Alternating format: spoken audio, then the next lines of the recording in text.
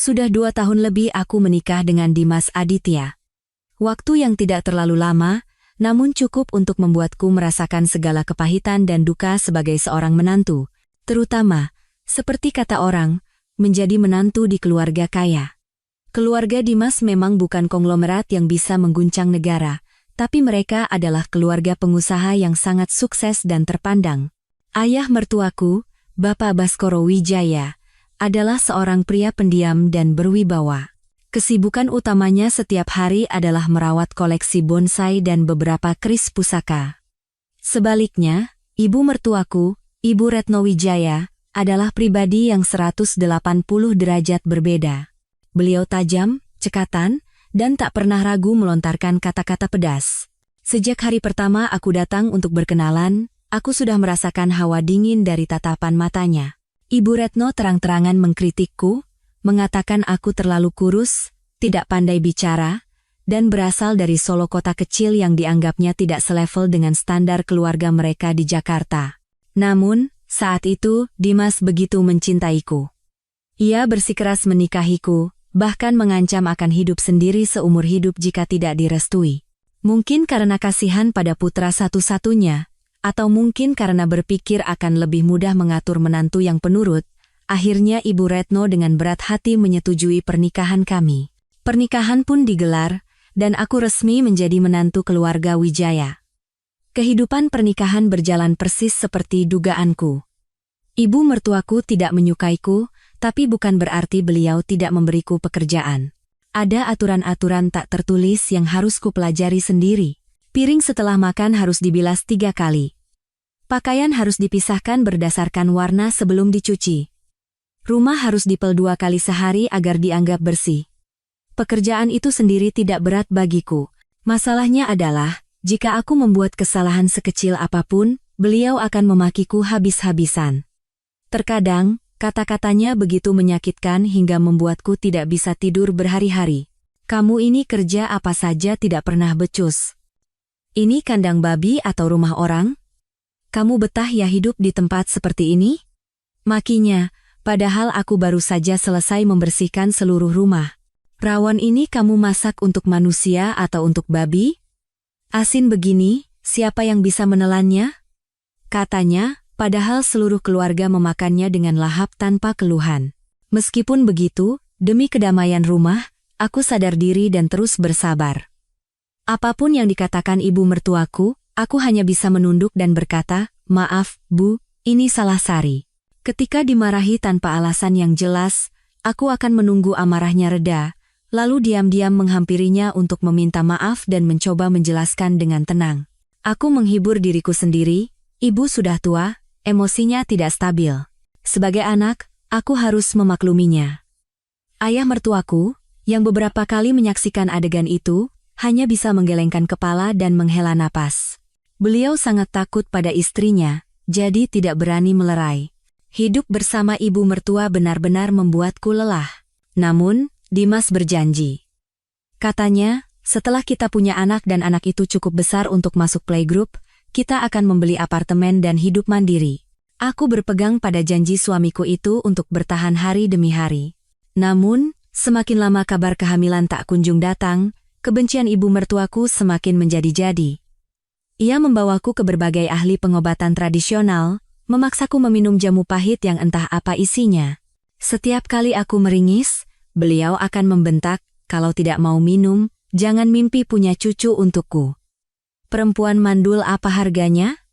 Kata-kata itu menusuk jantungku seperti belati. Akhirnya, aku dan Dimas pergi ke rumah sakit untuk pemeriksaan. Dokter mengatakan kami berdua sehat, hanya saja belum rezekinya. Namun, di mata Ibu Retno, semuanya adalah salahku. Perempuan berhati busuk memang susah punya anak, gumamnya setiap kali melihatku. Lalu, hari yang menentukan itu tiba, tepat di hari ulang tahunku yang ke-26. Pagi itu, saat merapikan mobil Dimas, aku tak sengaja menemukan sebuah kotak beludru merah di laci dashboard. Karena penasaran, kubuka kotak itu. Di dalamnya ada sebuah kalung berkilauan. Liontinnya berbentuk hati yang bertabur berlian kecil, sangat indah dan rumit, jantungku berdebar kencang. Ini pasti hadiah ulang tahun dari Dimas. Dia memang selalu perhatian dan romantis. Aku tersenyum, dengan hati-hati meletakkan kembali kotak itu dan berpura-pura tidak tahu. Dalam hati, aku tak sabar menunggu malam tiba, membayangkan saat ia memakaikan kalung itu di leherku. Namun, aku terus menunggu. Hingga makan malam selesai, Dimas tidak menunjukkan tanda-tanda apapun, bahkan setelah kami sekeluarga selesai menonton sinetron, ia hanya menguap dan mengajakku tidur. Ulang tahunku, ia benar-benar lupa, bahkan tak ada sepatah kata pun ucapan selamat. Harapanku membeku, digantikan oleh kekecewaan yang mendalam. Rasa sedih membuat tenggorokanku tercekat. Malam itu, aku pura-pura tidur dengan memunggunginya. Saat Dimas memelukku dari belakang dan merasakan bahuku bergetar, ia terkejut. "Kenapa, sayang, kamu kedinginan?" Aku tidak menjawab. Ia mengguncang tubuhku pelan. "Kamu marah sama aku? Ada apa? Coba cerita." Ia terus membujukku. Barulah aku terisak dan menyalahkannya. "Kamu lupa hari ini hari apa?" Dimas terdiam sejenak, lalu seperti teringat sesuatu, ia menepuk dahinya. "Astaga, ulang tahun kamu." "Maaf, sayang, maaf sekali. Akhir-akhir ini kerjaan lagi banyak banget." Ia buru-buru meminta maaf, menciumi kening dan pipiku. Rasa kesalku sedikit mereda. Setelah aku berhenti menangis, ia berjanji, "Besok aku tebus, ya. Kita makan malam romantis di restoran favorit kamu, gimana?" Aku mengangguk. Ia memelukku lebih erat, membisikkan kata-kata cinta. Malam itu, kami berbaikan. Makan malam romantis keesokan harinya dan buket mawar sebesar tubuhku membuatku lupa akan kekecewaan awalku. Aku berkata pada diri sendiri, dia hanya lupa karena sibuk, yang penting, dia masih mencintaiku. Namun, aku salah. Sebuah kebetulan yang kejam menamparku. Keesokan siangnya, saat sedang melihat-lihat Instagram, aku tak sengaja melihat unggahan Maya Lestari. Dia adalah sahabat Dimas sejak kuliah. Maya mengunggah foto selfie yang cantik, dan di lehernya, berkilauan sebuah kalung. Jantungku serasa berhenti berdetak. Itu kalung yang sama. Liontin berbentuk hati dengan taburan berlian kecil. Aku mengucek mata berkali-kali, tak percaya dengan apa yang kulihat, tapi ini bukan ilusi. Aku ingat setiap detailnya, setiap lekukan liontin itu. Keterangan foto Maya bagai pisau yang menusuk jantungku. "Terima kasih untuk hadiah kejutannya. Suka banget, Andara." Di bawahnya, berderet komentar dari teman-temannya. Salah satu temannya menggoda, "Wah, dari pacar ya?" Maya hanya membalas dengan emoji tersenyum penuh arti. Tanganku gemetar hingga nyaris menjatuhkan ponsel. Hadiah itu bukan untukku. Hadiah yang disimpan suamiku dengan hati-hati di dalam kotak beludrum merah itu, ternyata untuk sahabat perempuannya. Makan malam romantis, buket mawar, semua itu hanyalah sandiwara canggung untuk menutupi kelalaiannya, atau lebih buruk lagi, untuk menyembunyikan kebenaran yang mengerikan. Amarah membuncah, tapi aku sudah terbiasa menahan diri. Aku tidak membuat keributan. Aku memutuskan untuk diam-diam mengumpulkan bukti, ingin melihat sampai sejauh mana hubungan mereka. Pepatah lama mengatakan, bangkai yang disimpan rapat-rapat, baunya akan tercium juga. Pepatah itu tidak pernah salah. Aku tidak perlu menunggu lama. Hanya 2 minggu setelah menemukan kalung itu, aku mendapatkan jawaban atas semua pertanyaanku. Hari itu, aku pamit kepada keluarga, mengatakan akan pulang ke Solo selama 2 hari karena ada acara tahlilan kerabat. Kenyataannya, aku hanya pergi sampai terminal Kampung Rambutan, lalu duduk di sebuah kafe untuk menghabiskan waktu. Menjelang sore, aku kembali dengan taksi dan bersembunyi di sebuah gang kecil di seberang rumah kami di Menteng. Aku tahu Dimas dan Maya sangat dekat, tapi aku tidak tahu sejak kapan kedekatan itu melewati batas persahabatan. Dimas selalu bilang Maya sudah seperti adiknya sendiri, belahan jiwanya. Ia menceritakan segalanya tentang Maya kepadaku, keluarganya, pekerjaannya, bahkan kisah cinta masa lalunya. Dulu aku mempercayainya dan menganggap Maya seperti teman. Tapi sekarang, kepercayaan itu hancur berkeping-keping. Sekitar jam 7 malam, Dimas pulang dengan mobilnya. Ia tidak langsung masuk ke rumah, melainkan berhenti di ujung gang dan menelepon seseorang. Dengan firasat buruk, aku menahan napas dan menunggu.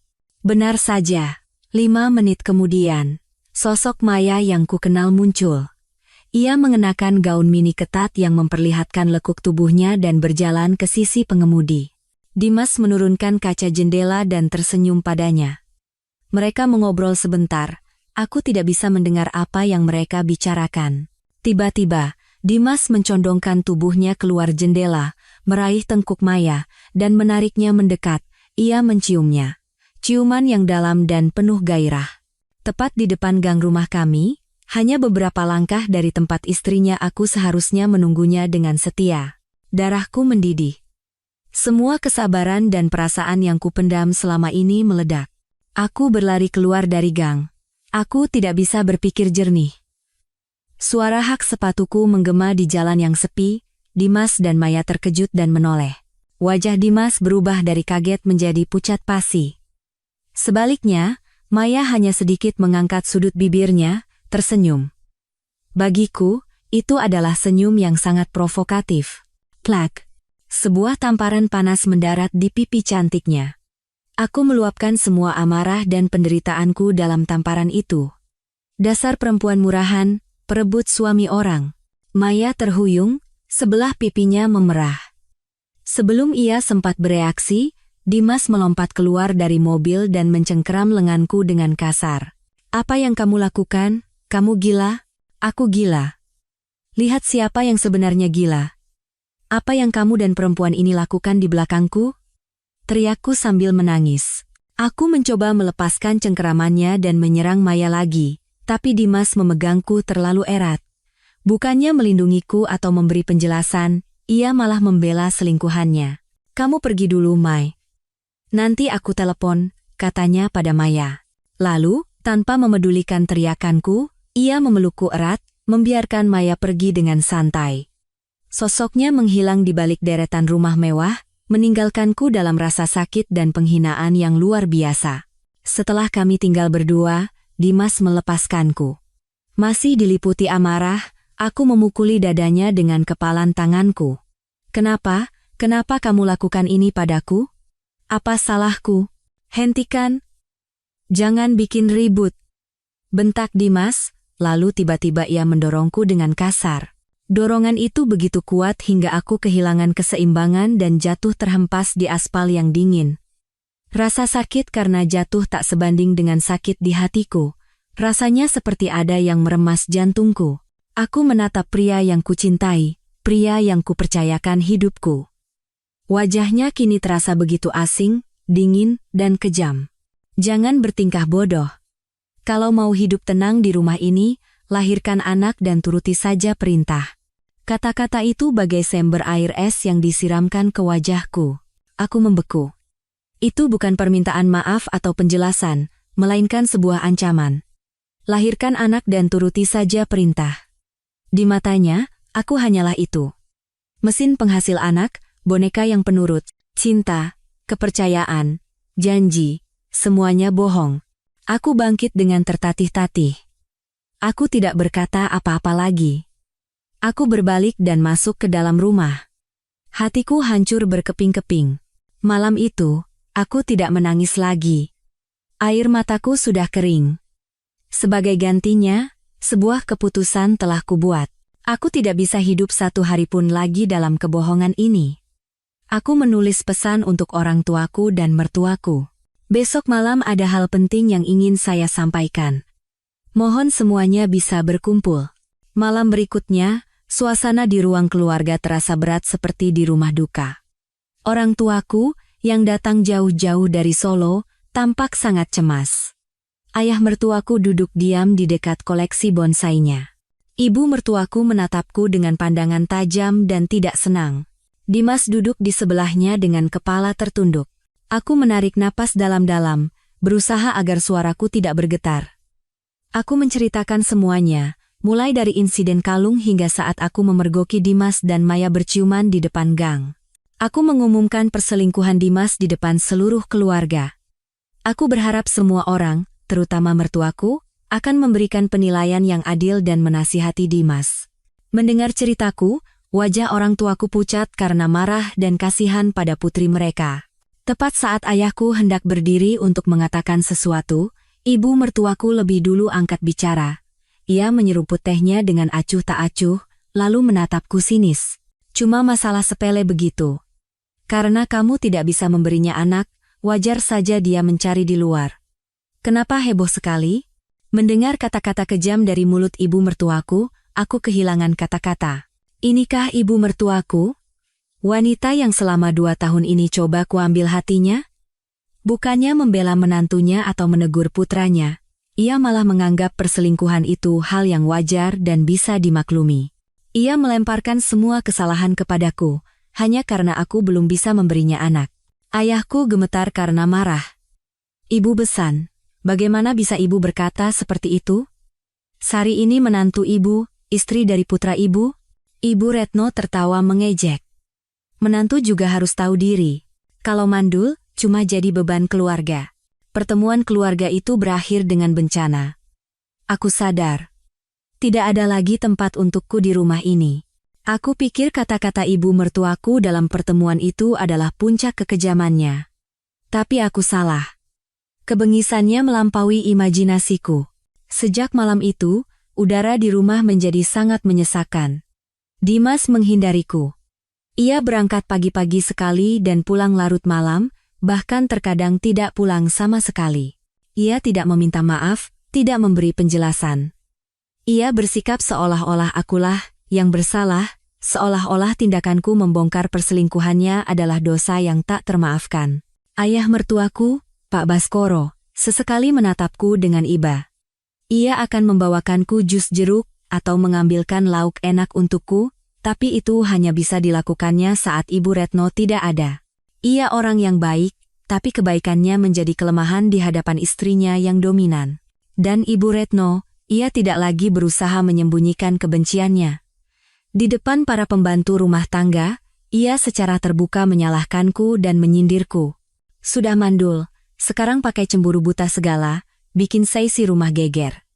Benar-benar, cuma jadi benalu di keluarga ini. Aku menahannya dalam diam. Harga diriku diinjak-injak, tapi aku berpegang pada harapan samar bahwa Dimas akan berubah pikiran, bahwa ia akan menyadari kesalahannya dan kembali padaku, bahwa pernikahan ini masih bisa diselamatkan. Aku adalah istrinya yang sah secara hukum. Mereka tidak bisa begitu saja membuangku seperti barang bekas. Namun, hanya 3 hari setelah pertemuan keluarga itu, Ibu Retno memadamkan sisa harapan terakhirku. Sore itu, saat aku sedang membersihkan kamar tidur, beliau tiba-tiba mendobrak pintu. Di tangannya ada sebuah koper kosong. Tanpa berkata apa-apa, beliau langsung menuju lemariku, membukanya lebar-lebar, dan mulai menarik keluar pakaianku dengan kasar, lalu melemparkannya ke dalam koper. Aku membeku, tidak mengerti apa yang sedang terjadi. Ibu, apa yang ibu lakukan? Beliau tidak menatapku, terus melemparkan pakaianku, bahkan pakaian dalamku, ke dalam koper. Masih tidak mengerti juga? Kemasi barangmu dan enyah dari rumahku. Rumah ini tidak bisa menerima perempuan sepertimu. I mau seks. Aku berteriak dan berlari untuk menahan lengannya. Ibu, jangan begini. Saya ini istri Mas Dimas, menantu ibu. Beliau menepis tanganku dan menatapku tajam. Matanya menyala-nyala karena kebencian yang luar biasa. Menantu, kamu tidak pantas. Rumah ini butuh cucu berharga untuk meneruskan garis keturunan, bukan perempuan mandul sepertimu. Dimas sudah menemukan penggantimu. Sadar diri dan pergi dari hadapanku. Setiap kata-katanya bagai hantaman palu di dadaku. Rasa sakit dan amarah membuatku sesak napas. Aku mencoba mempertahankan sisa kewarasanku.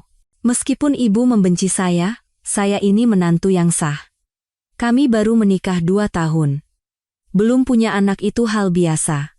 Saya belum punya anak, bukan berarti saya tidak bisa punya anak, Bu. Saya tidak apa-apa jika ibu membenci saya, tapi ibu harusnya bersikap adil.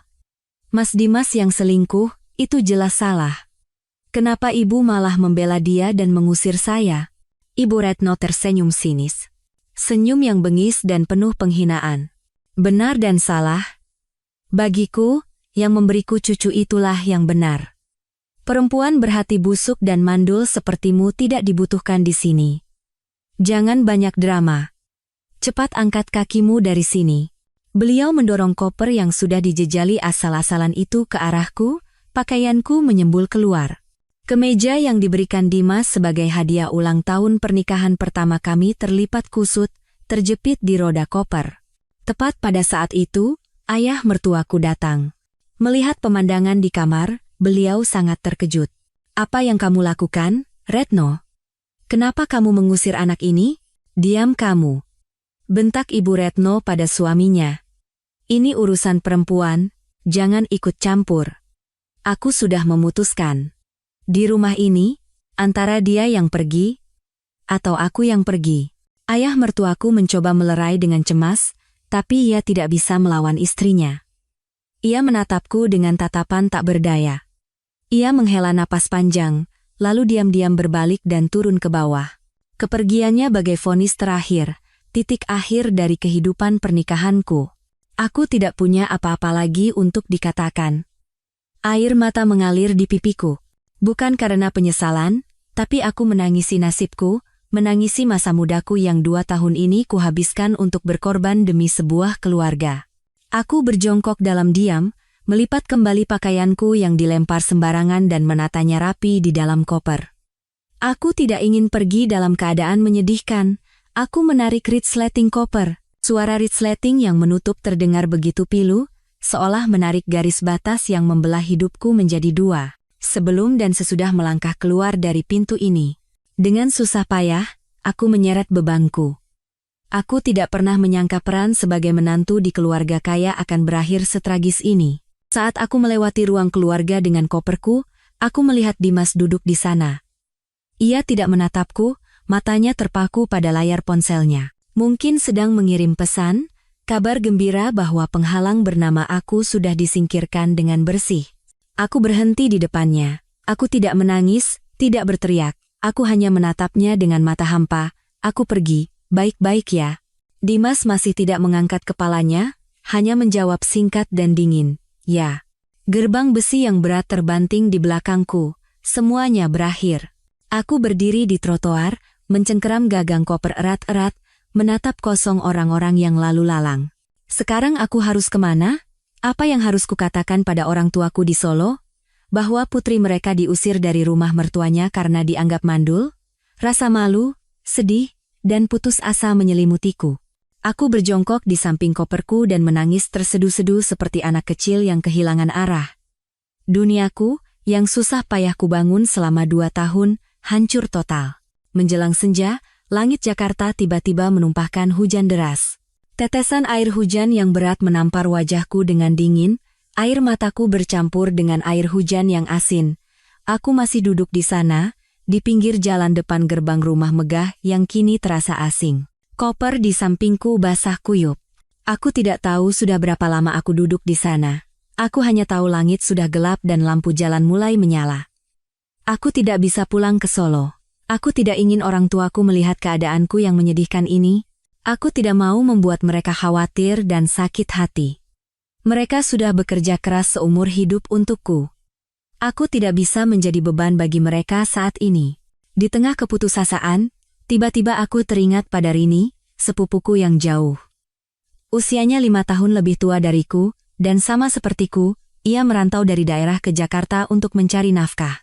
Ia tidak menikah dengan orang kaya, tapi hidupnya cukup, dan yang terpenting, hatinya baik dan pemikirannya jernih. Dulu saat masih berpacaran dengan Dimas, aku sering main ke kamar kosnya. Dengan tangan gemetar, aku mengeluarkan ponsel dari tas. Syukurlah, belum basah. Aku menekan nomor Rini. Selama beberapa nada sambung, aku nyaris menahan napas. "Halo Sari?" Suara hangat Rini terdengar dari seberang, dan tangisku pun pecah. "Mbak, Aku tidak bisa melanjutkan kata-kataku karena isak tangis. "Sari, kamu kenapa? Kamu di mana? Ada apa?" tanya Rini panik. Aku berusaha menarik napas dalam-dalam dan menjelaskan secara singkat bahwa aku diusir dari rumah mertuaku dan sekarang tidak punya tempat tujuan. Ya Tuhan, kejam sekali orang-orang itu. Kamu di mana sekarang? Kirim alamatnya, Mbak, ke sana sekarang. Aku kuma di depan rumah, Mbak. Oke. Cari tempat berteduh. Jangan kemana-mana. Mbak ke sana sekarang juga. Setelah telepon ditutup, aku merasa seperti menemukan pelampung di tengah lautan. Aku menyeret koperku yang berat menyusuri trotoar dan berteduh di bawah emperan toko terdekat. Sekitar 30 menit kemudian, sebuah sepeda motor datang. Rini, dengan jas hujan yang dikenakannya terburu-buru, tampak sangat cemas. Begitu melihatku, ia melempar motornya begitu saja dan berlari memelukku. Adikku sayang. Yang sabar ya, sekarang ada Mbak. Ayo, kita ke tempat Mbak. Rini mengikat koperku yang basah kuyup di jok belakang motornya, kami pun melaju menembus hujan. Perjalanan dari kompleks perumahan mewah Dimas di Menteng ke kamar kos Rini yang sederhana di Tebet terasa begitu jauh. Seolah-olah ada garis tak kasat mata di antara dua dunia. Yang satu adalah sutra palsu, yang satunya lagi adalah kenyataan yang tulus. Kamar kos Rini hanya seluas sekitar 15 meter persegi, perabotannya sederhana tapi tertata rapi. Rini bergegas mengambilkan handuk kering dan pakaian ganti untukku. Mandi air hangat dulu, Gih. Nanti masuk angin. Terus keluar, Mbak masakin Indomie telur kornet. Melihat kesibukan Rini, air mataku kembali menggenang. Selain orang tuaku, dialah satu-satunya orang yang tulus padaku tanpa syarat. Di dalam kamar mandi yang penuh uap panas, aku menggosok tubuhku seolah-olah mencoba membersihkan semua penghinaan dan rasa sakit beberapa hari terakhir. Semangkuk Indomie hangat membuat tubuhku terasa lebih baik. Rini duduk di sampingku, mendengarkan semua ceritaku dengan tenang. Dari insiden kalung, kata-kata dingin Dimas, hingga kekejaman Ibu Retno, selama mendengarkan, Rini terus berdecak dan marah. Benar-benar manusia sampah. Kaya harta tapi miskin moral, buat apa? Sari, justru ini berkah buatmu bisa keluar dari sana. Jangan sedih. Tapi, Mbak, rasanya tidak adil. Apa salahku? Selama 2 tahun aku bersabar dan berusaha jadi menantu yang baik. Tapi apa yang kudapat pada akhirnya? Kamu tidak salah, Sari, yang salah itu mereka. Kamu terlalu baik dan penurut, makanya mereka meremehkanmu. Anggap saja ini sudah berlalu, kamu hanya sial bertemu orang-orang jahat. Sekarang, kita harus pikirkan langkah selanjutnya. Untuk sementara, kamu tinggal sama Mbak di sini. Kamarnya memang sempit, tapi kita berdua pasti bisa. Besok Mbak ambil cuti, kita cari kerja buat kamu. Kamu harus mandiri secara finansial dulu, baru pikirkan yang lain. Kata-kata Rini menyadarkanku. Benar. Aku tidak bisa terus terpuruk seperti ini. Aku harus hidup. Aku harus hidup dengan sangat baik hingga mereka yang menginjak-injakku menyesal. Aku punya ijazah sarjana, aku sehat, aku masih muda. Kenapa aku harus bergantung pada suami pengkhianat dan keluarga yang kejam? Malam itu, aku tidur bersama Rini di ranjang kecilnya. Rini sudah terlelap, tapi aku tidak bisa tidur. Aku memikirkan Dimas. Apa yang sedang ia lakukan sekarang? Setelah mengusir istrinya di tengah hujan badai, apakah ia merasa sedikit bersalah? Ataukah ia sedang bersenang-senang dengan kekasihnya, merayakan kepergianku? Aku memikirkan Ibu Retno. Kenapa ia begitu membenciku? Apakah hanya karena masalah anak? Atau ada alasan lain di balik kebenciannya? Aku teringat tatapan ayah mertuaku. Penuh iba, tapi tak berdaya. Kenapa ia tidak bisa melindungiku? Apakah ada rahasia lain di keluarga itu yang tidak ku ketahui?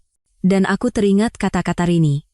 Justru ini berkah buatmu bisa keluar dari sana? Saat itu, aku belum sepenuhnya mengerti arti kata-kata itu. Hatiku masih dipenuhi amarah dan rasa sakit. Namun, bertahun-tahun kemudian, ketika semua kebenaran terungkap, aku menyadari bahwa tindakan Ibu Retno yang mengusirku dengan kejam hari itu, sesungguhnya adalah sebuah penyelamatan bagiku. Tanpa sadar, ia telah memberiku sebuah anugerah, kesempatan untuk memulai hidupku kembali. Dan di kemudian hari, aku benar-benar berterima kasih padanya. Tapi itu adalah cerita di masa depan yang sangat jauh. Saat ini, yang ada di hadapanku adalah masa depan yang suram dan terjal. Aku harus memulai semuanya dari awal, dengan kedua kakiku sendiri. Beberapa hari pertama di tempat Rini, aku nyaris tidak keluar kamar. Rasa sakit dan malu membungkusku seperti kepompong tebal, memisahkanku dari dunia.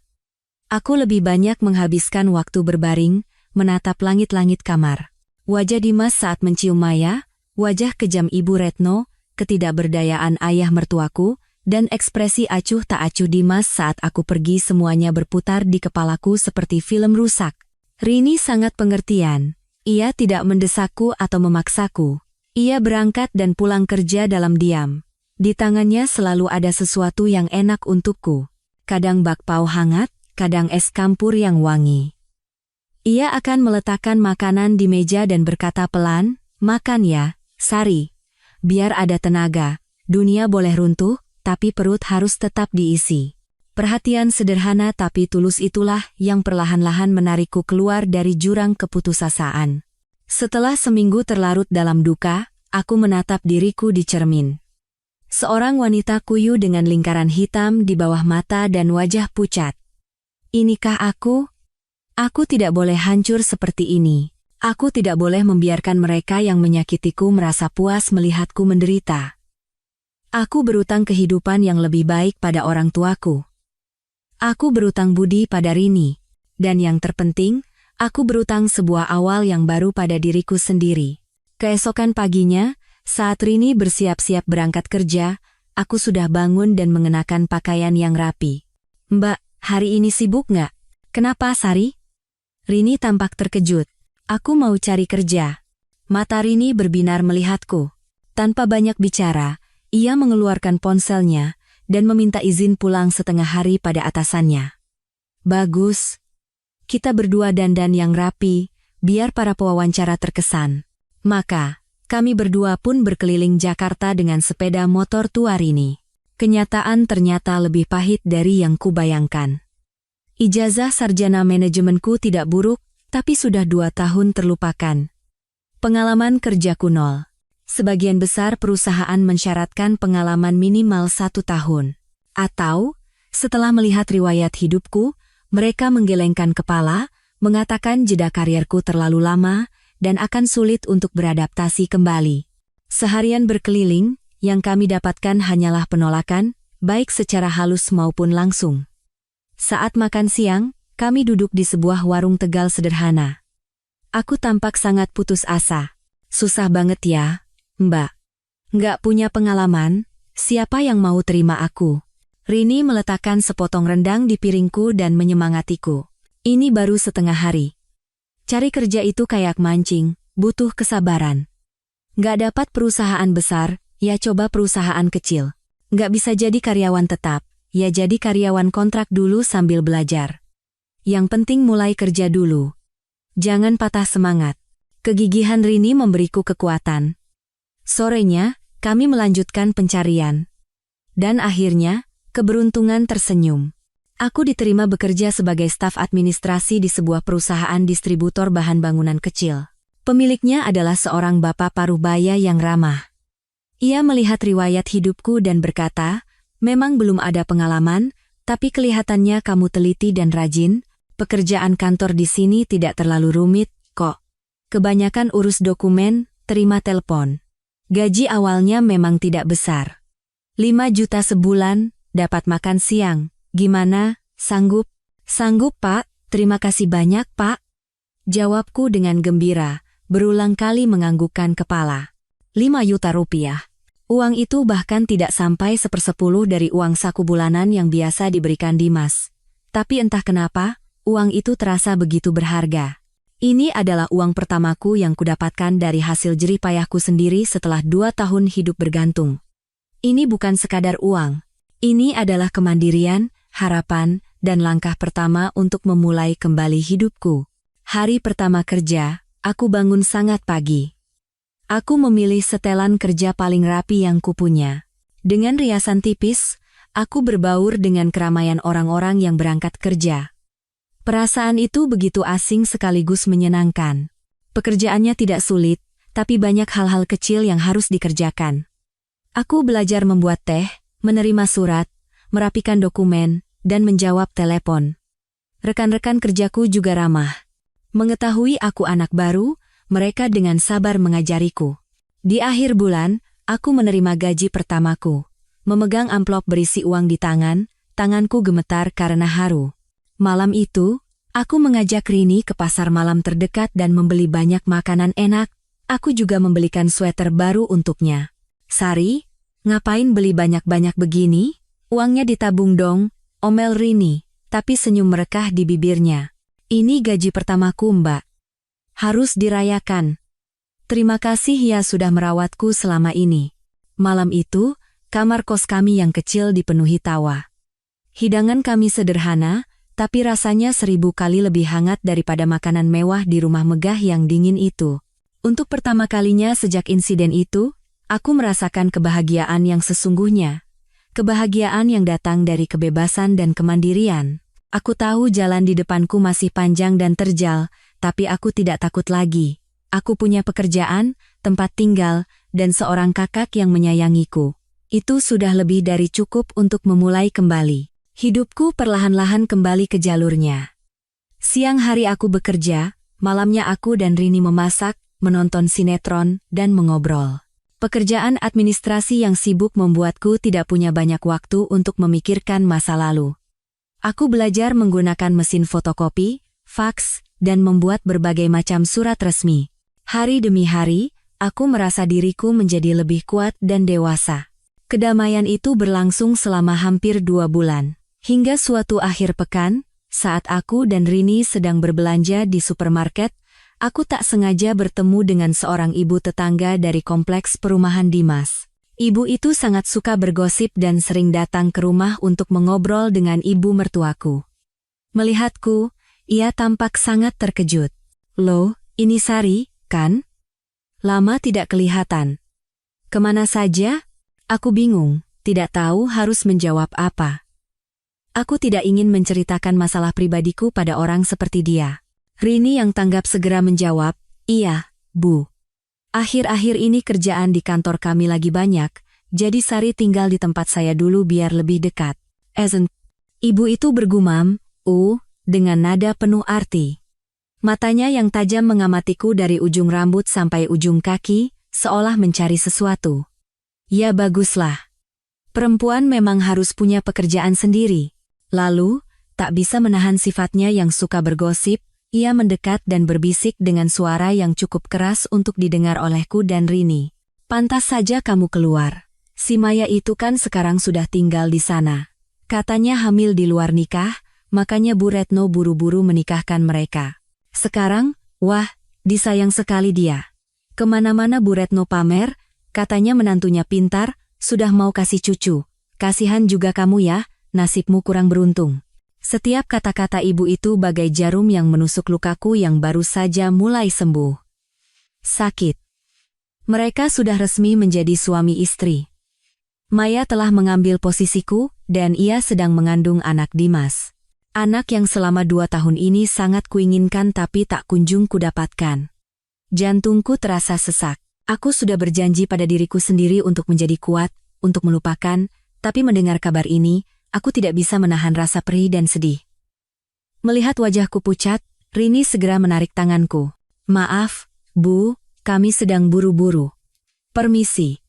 Rini menarikku pergi dari sana secepat kilat, meninggalkan ibu itu yang tersenyum puas karena berhasil menyebarkan berita sensasional. Dalam perjalanan pulang, aku hanya diam. Rini bertanya dengan cemas, "Kamu tidak apa-apa? Jangan dimasukkan ke hati omongan ibu tadi, namanya juga mulut tetangga." "Aku tidak apa-apa, Mbak," jawabku, memaksakan senyum. "Cuma kaget saja." Tapi aku tahu aku berbohong, kabar itu jelas memengaruhiku. Malam itu, aku kembali tidak bisa tidur. Aku memikirkan Maya dan bayi di dalam kandungannya. Aku memikirkan Ibu Retno dan kebahagiaannya menyambut cucu. Apakah semua perlakuan kasarnya, semua kebenciannya, hanya karena aku tidak bisa hamil? Jika ada cucu, apakah ia rela menerima menantu yang merupakan sahabat putranya sendiri, bahkan yang hamil di luar nikah sekalipun? Tiba-tiba, sebuah pikiran melintas di benakku. Ibu itu bilang Bu Retno sangat menyayangi Maya, tapi ia juga bilang ada sesuatu yang aneh. Apakah Bu Retno benar-benar bahagia dengan situasi ini? Beliau yang begitu menjunjung tinggi kehormatan dan nama baik keluarga, apakah bisa begitu saja menerima menantu yang hamil duluan? Atau di balik wajah bahagianya, tersimpan keterpaksaan karena harus menerima keadaan demi seorang anak? Aku teringat kembali kata-kata ibu tadi, sebuah detail yang ia ucapkan sambil lalu, kemana-mana pamer, tapi ekspresinya aneh, kayak orang lagi khawatir. Dulu aku tidak menghiraukannya, tapi sekarang setelah kupikirkan lagi, ada yang janggal. Ibu Retno adalah orang yang sangat jelas menunjukkan suka dan tidak sukanya. Jika ia benar-benar menyayangi Maya, kenapa ia harus terlihat khawatir?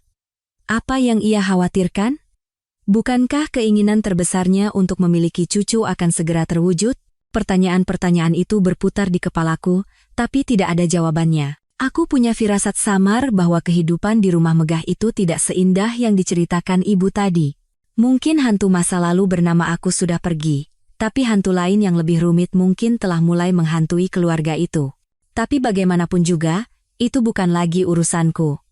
Aku berkata pada diri sendiri dan memaksakan diri untuk tidur. Aku harus menyimpan tenaga untuk pekerjaanku, untuk melanjutkan hidupku. Hidup kembali ke ritme normalnya. Aku fokus pada pekerjaan, berusaha agar kabar dari keluarga Wijaya tidak lagi memengaruhiku. Aku bahkan mendaftar kursus bahasa Inggris malam hari untuk pengembangan diri. Aku ingin membuktikan bahwa aku bisa hidup dengan baik tanpa mereka, bahkan jauh lebih baik. Hingga suatu malam, sekitar sebulan setelah bertemu ibu tetangga di supermarket, saat aku pulang dari tempat kursus, sebuah nomor tak dikenal meneleponku. Aku ragu sejenak, lalu mengangkatnya. Halo? Hening selama beberapa detik di seberang sana, hanya terdengar suara napas yang berat. Aku menunggu dengan sabar. Halo? Siapa ya? Kalau tidak ada yang ingin dibicarakan, saya tutup. Sari, ini Bapak. Suara rendah, terbata-bata, dan familiar itu membuatku membeku. Ayah mertuaku, Pak Baskoro. Kenapa beliau meneleponku? Jantungku tiba-tiba berdebar kencang. Bapak? Iya, ini Bapak. Kamu apa kabar? Suaranya masih pelan dan terdengar terburu-buru. Baik, saya baik, Pak. Terima kasih sudah bertanya. Ada apa ya, Pak? Aku berusaha menjaga suaraku setenang mungkin, meskipun pikiranku berkecamuk. Pak Baskoro terdiam lagi sejenak. Terdengar helaan napasnya yang berat dari seberang telepon. Bapak minta maaf tidak bisa berbuat banyak untukmu dulu. Kata-katanya membuat mataku panas. Selama menjadi menantu, meskipun pendiam, beliau adalah satu-satunya orang yang bersikap baik padaku. Sudah berlalu, Pak. Saya tidak pernah menyalahkan Bapak. Ya.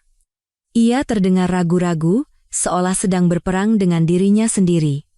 Sari, Bapak telepon karena ada yang mau Bapak sampaikan. Bapak tidak bisa lama-lama. Aku menahan napas dan mendengarkan dengan saksama. Apa kamu masih simpan berkas hasil pemeriksaan kesehatan kita dulu? Pemeriksaan lengkap sebelum menikah. Pertanyaannya membuatku terkejut. Kenapa beliau menanyakannya? Saya tidak yakin, Pak. Waktu itu saya asal memasukkan berkas-berkas ke dalam koper, mungkin ada di dalamnya. Memangnya kenapa, Pak? Coba kamu cari. Suaranya terdengar lebih mendesak.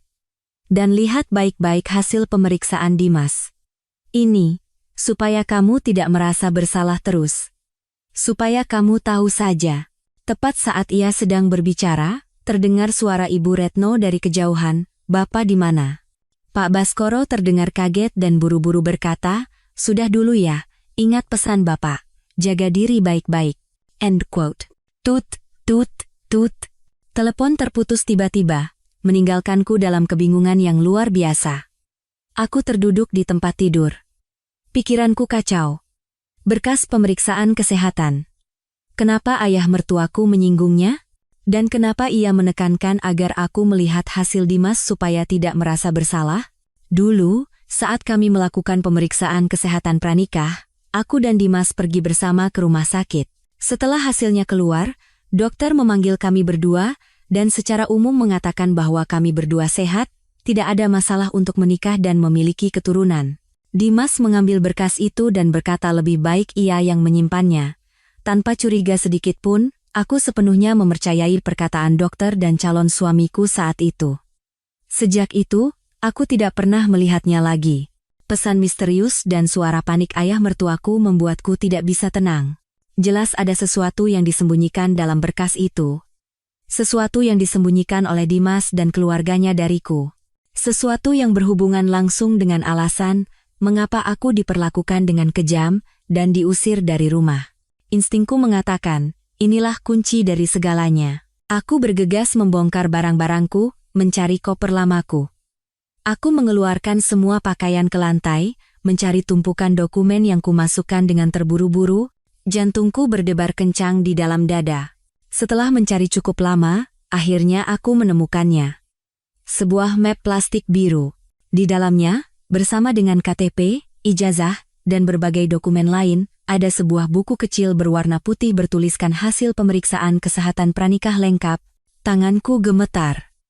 Kebenaran yang kucari, ketidakadilan yang kualami, mungkin semuanya ada di dalam beberapa lembar kertas ini. Kamar kos yang kecil tiba-tiba terasa begitu pengap.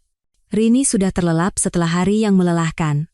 Aku sendirian, berhadapan dengan berkas pemeriksaan kesehatan di tanganku. Cahaya lampu meja yang kuning menyoroti huruf-huruf cetak dan angka-angka kering yang kini terasa memiliki beban bertonton bagiku. Dengan tangan gemetar, aku membuka lembar demi lembar. Halaman pertama adalah data pribadiku. Aku membacanya sekilas dan langsung menuju bagian kesimpulan dokter. Semua angkaku berada dalam rentang normal. Di baris terakhir, ada sebuah kalimat yang dilingkari, kesehatan reproduksi baik, tidak ditemukan kelainan. Aku sudah tahu ini, tapi inilah yang menjadi sumber tuduhan dan cemoohan yang kuterima selama 2 tahun terakhir. Aku menarik napas dalam-dalam dan membuka halaman berisi hasil pemeriksaan Dimas, jantungku serasa mau meledak.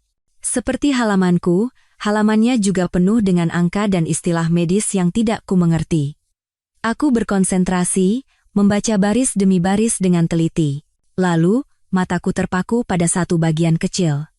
Bagian yang mungkin hanya disebutkan sambil lalu, atau sengaja dilewati oleh dokter yang sibuk.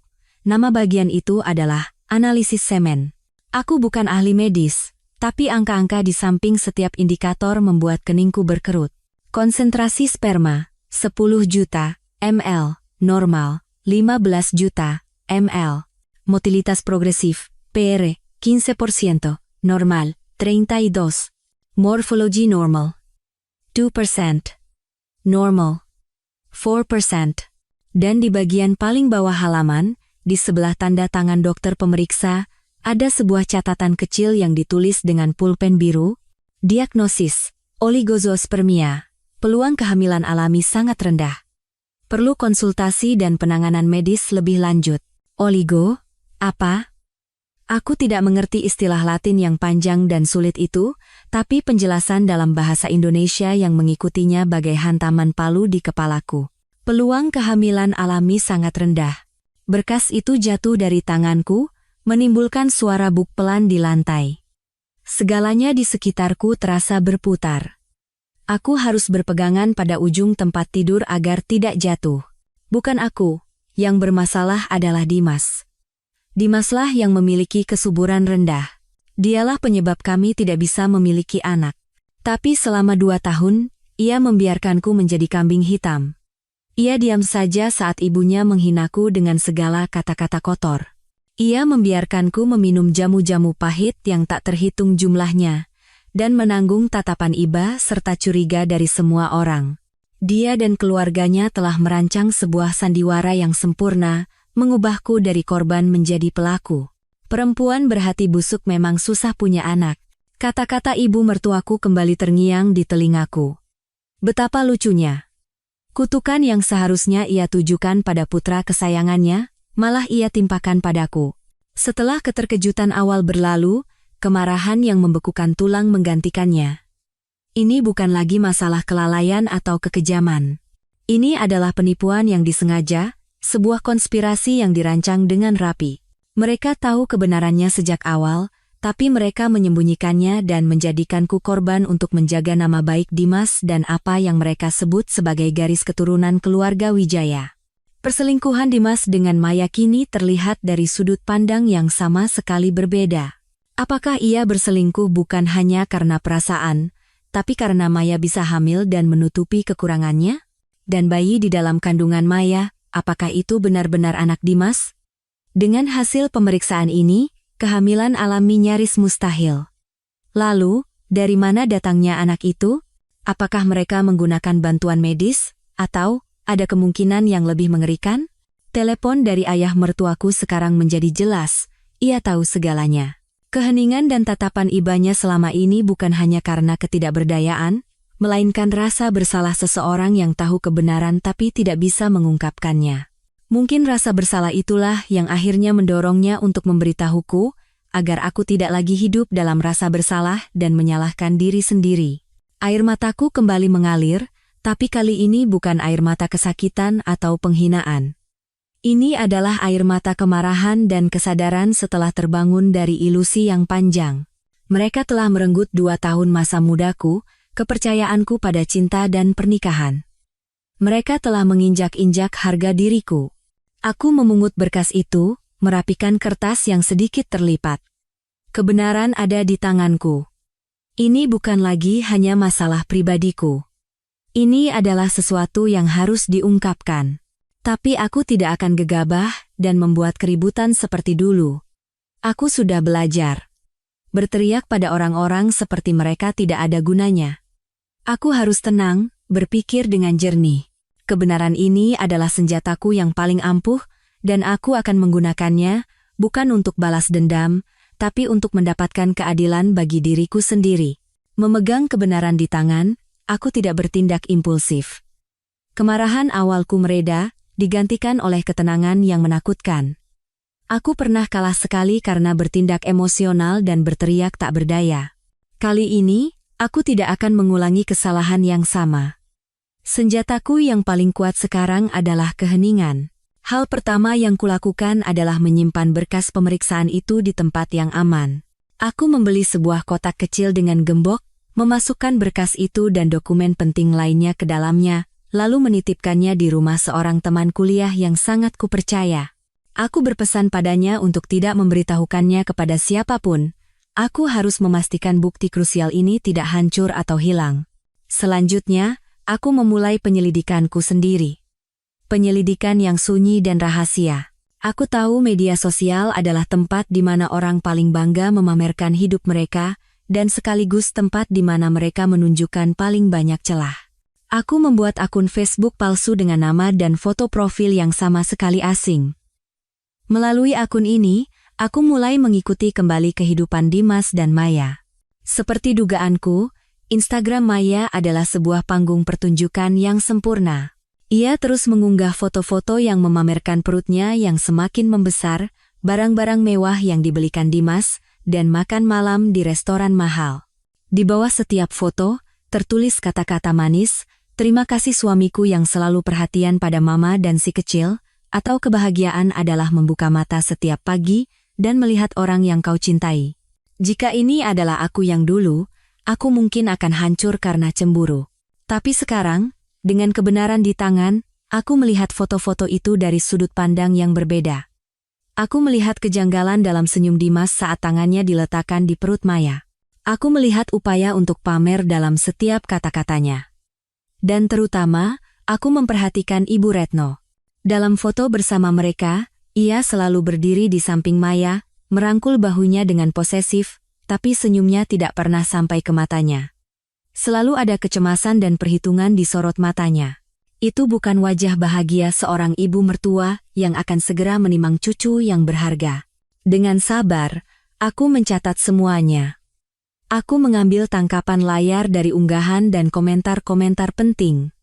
Aku mencatat tanggal dan acara yang mereka hadiri. Aku seperti seorang ilmuwan yang mengamati makhluk di dalam kotak kaca, mencatat setiap gerak-gerik terkecil. Aku tahu, untuk menjatuhkan sebuah kebohongan yang dirancang dengan begitu rapi, aku butuh lebih dari sekadar selembar hasil pemeriksaan. Aku butuh sebuah sistem bukti yang tak terbantahkan. Selama itu, aku tetap bekerja dan belajar. Tidak ada seorang pun yang tahu rencanaku, termasuk Rini.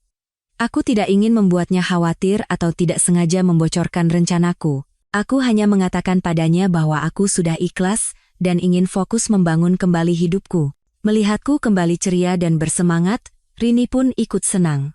Suatu malam, saat melihat Instagram Maya, aku melihat unggahannya, kontrol rutin akhir pekan. Sehat-sehat terus ya, jagoan mama. Di bawahnya, Dimas berkomentar dengan emoji hati. Aku tersenyum sinis. Kontrol rutin, ya? Inilah dia. Aku tahu ada sebuah rumah sakit internasional yang sering didatangi oleh orang-orang kaya di Jakarta. Aku memutuskan untuk pergi ke sana pada akhir pekan. Bukan untuk konfrontasi, tapi hanya untuk mengamati. Aku ingin melihat bagaimana sandiwara ini dimainkan di dunia nyata. Aku ingin memastikan kebohongan mereka dengan mataku sendiri. Keheninganku sedang mengumpulkan energi. Dan aku tahu, hari di mana aku membuka mulutku akan menjadi hari di mana badai menerjang rumah megah itu. Mengamati dari jauh saja tidak cukup. Aku harus mengerti akar masalahnya. Mengapa Ibu Retno, yang begitu menjunjung tinggi nama baik dan kehormatan, mau menerima sebuah rencana yang begitu berisiko dan penuh tipu daya? Mengapa ia tidak menyuruh Dimas berobat secara baik-baik, melainkan menggunakan Maya untuk menutupi semuanya? Pasti ada alasan yang lebih besar daripada sekadar menjaga gengsi putranya. Aku teringat sebuah keluhan yang jarang diucapkan ayah mertuaku di meja makan. Suatu kali, ia menyebut seorang teman lama bernama Pak Tirtayasa, yang dulu merintis usaha bersamanya. Dengan nada menyesal, ia berkata, "Andai saja dulu ibumu tidak terlalu keras kepala, Pak Tirta tidak akan pergi." Padahal dia orang yang sangat kompeten. Aku samar-samar pernah mendengar bahwa ada perselisihan besar antara Pak Tirtayasa dan Ibu Retno yang membuat kemitraan mereka pecah. Mungkin orang ini bisa memberiku kepingan teka-teki yang hilang. Menemukan seseorang yang sudah putus kontak bertahun-tahun tidaklah mudah. Aku mulai dengan informasi sedikit yang kupunya. Aku tahu perusahaan lama mereka bergerak di bidang konstruksi. Selama beberapa malam, aku menjelajahi direktori perusahaan konstruksi lama di internet, mencari nama Tirtayasa. Akhirnya, usaha tidak mengkhianati hasil, aku menemukan informasi sebuah kantor arsitek kecil yang dipimpin oleh seseorang dengan nama yang sama. Instingku mengatakan, dialah orang yang kucari. Aku memberanikan diri menelepon kantor itu dan meminta janji temu dengan Bapak Tirtayasa. Aku memperkenalkan diri sebagai kenalan lama Bapak Baskoro Wijaya dan Ibu Retno. Mungkin nama itu berhasil, ia setuju untuk menemuiku. Pak Tirtayasa adalah seorang pria berusia akhir 50-an. Rambutnya sudah memutih, tapi perawakannya masih tegap dan ramah. Ia menatapku dengan pandangan ingin tahu. "Selamat siang, Pak. Saya Sari, mantan istri dari Dimas Aditya." "Emi?" Mendengar itu, Pak Tirtayasa sedikit terkejut, lalu tertawa terbahak-bahak. "Mantan istri? Akhirnya si penyihir Retno itu mengusirmu juga, ya?" "Nduk." Sikap Pak Tirtayasa membuatku kaget, sekaligus lega. Sepertinya ia sangat tidak menyukai mantan ibu mertuaku. Aku menceritakan kisahku padanya tentu saja, aku menyembunyikan bagian terpenting tentang hasil pemeriksaan. Aku hanya mengatakan aku diusir karena masalah anak. Pak Tirtayasa mendengarkan, lalu menggelengkan kepala dan berdecak. Saya tidak kaget. Retno itu orang yang akan melakukan apa saja demi tujuannya. Kamu tahu kenapa dia begitu terobsesi dengan cucu penerus garis keturunan? Saya pikir hanya karena ingin menimang cucu dan menjaga nama baik Dimas, Pak. Pak Tirtayasa tersenyum sinis. Gengsi itu hanya sebagian. Intinya ada di keluarga Kusumo, keluarga asli Retno. Lalu ia pun memulai ceritanya. Suaranya tenang, seolah membuka lembaran masa lalu yang berdebu. Ternyata, Pak Baskoro berasal dari keluarga biasa, sedangkan Ibu Retno adalah putri tunggal dari keluarga Kusumo, sebuah keluarga pengusaha yang sangat kaya dan terpandang di Solo. Keluarga Kusumo sangat tradisional dan patriarkis, dengan obsesi yang kuat pada cucu laki-laki untuk meneruskan nama besar dan warisan keluarga. Karena Ibu Retno adalah putri tunggal, semua beban itu jatuh di pundaknya. Saat itu, Pak Baskoro adalah seorang insinyur konstruksi muda yang berbakat tapi tidak punya modal. Ibu Retno jatuh cinta padanya dan memaksakan pernikahan meskipun ditentang oleh keluarganya. Akhirnya, keluarga Kusumo merestui, tapi dengan satu syarat yang kejam, Pak Baskoro harus dianggap sebagai suami yang masuk ke dalam keluarga, dan anak laki-laki mereka, meskipun akan memakai nama Wijaya, harus dianggap sebagai penerus resmi dari klan Kusumo. Seluruh kerajaan bisnis keluarga Wijaya saat ini, modal awal dan koneksinya sebagian besar berasal dari dukungan keluarga Kusumo. Ibu Retno hidup dalam tekanan itu seumur hidupnya. Paham sekarang, Nduk? Pak Tirtayasa menyimpulkan. Wanita itu harus membuktikan pada keluarganya bahwa pilihannya benar. Dan satu-satunya cara pembuktian adalah dengan melahirkan seorang putra, lalu putra itu harus melahirkan cucu laki-laki pertama untuk mewarisi segalanya. Fakta bahwa Dimas adalah putra satu-satunya membuat tekanan itu berlipat ganda. Jika Dimas tidak bisa memberikan anak laki-laki, Retno akan kehilangan muka di hadapan keluarganya, bahkan bisa memengaruhi hak waris dan posisinya di dalam klan. Mendengar cerita Pak Tirtayasa, aku tertegun, semuanya menjadi jelas. Kekejaman Ibu Retno bukan hanya karena karakternya, tapi berasal dari ketakutan dan beban yang ia pikul seumur hidup. Ia tidak hanya butuh cucu. Ia butuh seorang pewaris untuk mengukuhkan posisi dirinya dan putranya. Ini juga menjelaskan mengapa ia memilih jalan tipu daya. Mengobati Dimas sama saja dengan mengakui bahwa putranya bermasalah. Itu adalah aib yang tidak bisa diterima, baik olehnya maupun oleh klan Kusumo. Menggunakan orang luar sebagai rahim sewaan adalah cara yang jauh lebih rahasia dan menjaga kehormatan. Aku berulang kali berterima kasih pada Pak Tirtayasa. Kepingan teka-teki yang ia berikan sangat penting. Itu memberiku gambaran lengkap tentang motif musuhku. Dalam perjalanan pulang, aku tidak lagi merasakan amarah semata, melainkan rasa iba yang dingin terhadap Ibu Retno. Ia juga hanyalah boneka dalam sandiwara yang lebih besar, yang diciptakan oleh prasangka dan ambisi keluarganya sendiri. Tapi rasa iba itu tidak berarti aku akan memaafkan. Ia memilih untuk menimpakan tragedinya padaku, dan ia harus membayar harga atas pilihannya. Gambaran sudah lebih jelas, tapi masih ada satu tokoh kunci yang harus kuselidiki secara tuntas, Maya Lestari. Apa perannya dalam sandiwara ini? Apakah ia hanya seorang oportunis? Atau pion yang sudah disiapkan sebelumnya? Ingatanku kembali pada ucapan Dimas. Ia pernah berkata bahwa kondisi keluarga Maya sedang sulit, terlilit utang. Detail yang dulu kuanggap angin lalu ini sekarang menjadi petunjuk penting. Adakah hubungan antara kondisi keuangan keluarganya dengan kemunculannya yang tiba-tiba sebagai kekasih Dimas? Menebak-nebak saja tidak akan menghasilkan apa-apa. Aku butuh bukti konkret. Aku membuat keputusan yang berani, menyewa seorang detektif swasta. Ini adalah langkah yang mahal. Tapi aku tahu ini perlu. Aku menggunakan sisa tabungan yang kumiliki sebelum menikah, uang yang tadinya ingin kugunakan untuk masa depanku. Kini, masa depanku bergantung pada pembalikan masa lalu ini. Aku mendatangi sebuah kantor detektif swasta yang kecil dan tidak mencolok. Seorang pria yang tampak berpengalaman menemuiku. Aku menjelaskan permintaanku. Menyelidiki hubungan Maya dan Dimas, terutama jejak Maya selama 6 bulan terakhir dan kondisi keuangan keluarganya. Aku tidak mengungkapkan identitasku, hanya mengatakan aku adalah pihak yang berkepentingan dan ingin tahu kebenarannya. Seminggu berlalu dalam penantian yang cemas. Akhirnya, detektif itu meneleponku. Kami bertemu di sebuah kafe yang sepi. Ia menyerahkan sebuah amplop coklat kepadaku.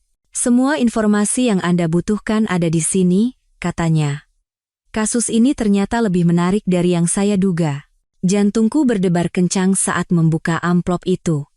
Di dalamnya ada beberapa lembar foto dan laporan ketikan yang detail.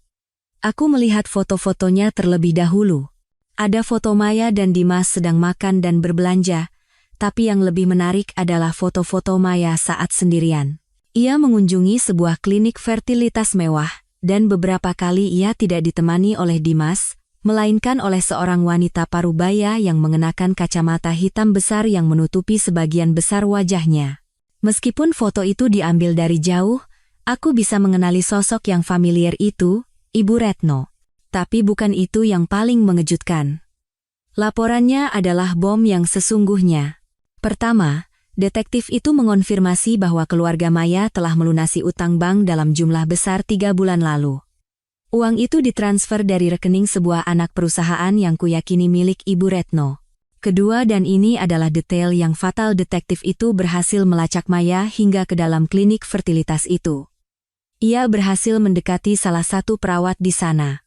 Informasi yang ia dapatkan adalah, Maya tidak menjalani pemeriksaan kehamilan biasa.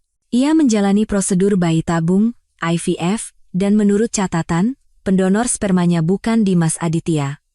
Identitas pendonor dirahasiakan, tapi yang pasti bukan mantan suamiku. Aku meletakkan laporan itu di atas meja. Tanganku gemetar hingga tak mampu memegang gelas air dengan benar. Semuanya menjadi sangat jelas. Bayi di dalam kandungan Maya bukan anak Dimas. Itu adalah hasil dari sebuah transaksi kotor. Ibu Retno telah membeli Maya dengan uang, menjadikannya mesin penghasil anak, seorang ibu pengganti terselubung. Mereka menggunakan sperma pria lain untuk menciptakan seorang anak, lalu memberinya label sebagai cucu pertama yang sah dari keluarga Wijaya. Semua cerita tentang cinta, pengorbanan, dan kebahagiaan yang dilukiskan Maya di media sosial hanyalah sebuah sandiwara yang menggelikan. Ia telah menukar anak dan harga dirinya dengan uang untuk menyelamatkan keluarganya. Dan Dimas, dia adalah pria pengecut yang luar biasa, yang rela menerima anak yang bukan darah dagingnya sendiri sebagai putranya, demi menutupi kelemahannya dan memuaskan ibunya yang tiran. Sebuah keluarga yang kaya dan terpandang, ternyata dibangun di atas penipuan, kebohongan, dan kebusukan dari dalam. Mereka tidak hanya menipuku, tapi menipu seluruh keluarga besar dan masyarakat. Aku membayar detektif itu, dan mengucapkan terima kasih dengan tenang. Saat keluar dari kafe, aku menatap langit Jakarta. Rasanya semua beban di hatiku terangkat. Aku tidak lagi merasakan sakit atau amarah. Aku hanya merasa lucu. Lucu melihat kebodohan mereka, keserakahan mereka, dan tragedi yang mereka ciptakan sendiri. Sekarang, aku memegang semuanya. Hasil pemeriksaan Dimas, cerita tentang tekanan dari keluarga Kusumo, dan bukti transaksi bernama cucu pertama. Sandiwara ini sudah saatnya ditutup, dan akulah yang akan menentukan akhir ceritanya. Meskipun semua kartu sudah di tanganku, aku tahu aku masih butuh seorang sekutu dari dalam. Seseorang yang bisa mengonfirmasi segalanya dan menciptakan keretakan dari dalam benteng mereka. Orang itu adalah mantan ayah mertuaku, Pak Baskoro. Dialah satu-satunya orang di keluarga itu yang masih memiliki hati nurani. Telepon misteriusnya adalah awal dari segalanya. Ia telah melemparkan pelampung kepadaku, dan sekarang saatnya aku menggunakan pelampung itu untuk menariknya ke pihakku. Mengatur pertemuan dengan Pak Baskoro tidaklah mudah. Ia selalu berada di bawah pengawasan ketat Ibu Retno. Aku memutuskan untuk tidak meneleponnya lagi. Aku menulis surat tangan yang singkat. Kepada Bapak Baskoro, ini Sari. Saya sudah mengetahui semua kebenarannya. Ada beberapa hal yang perlu Bapak lihat.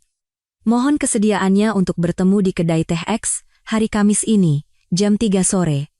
Saya akan menunggu.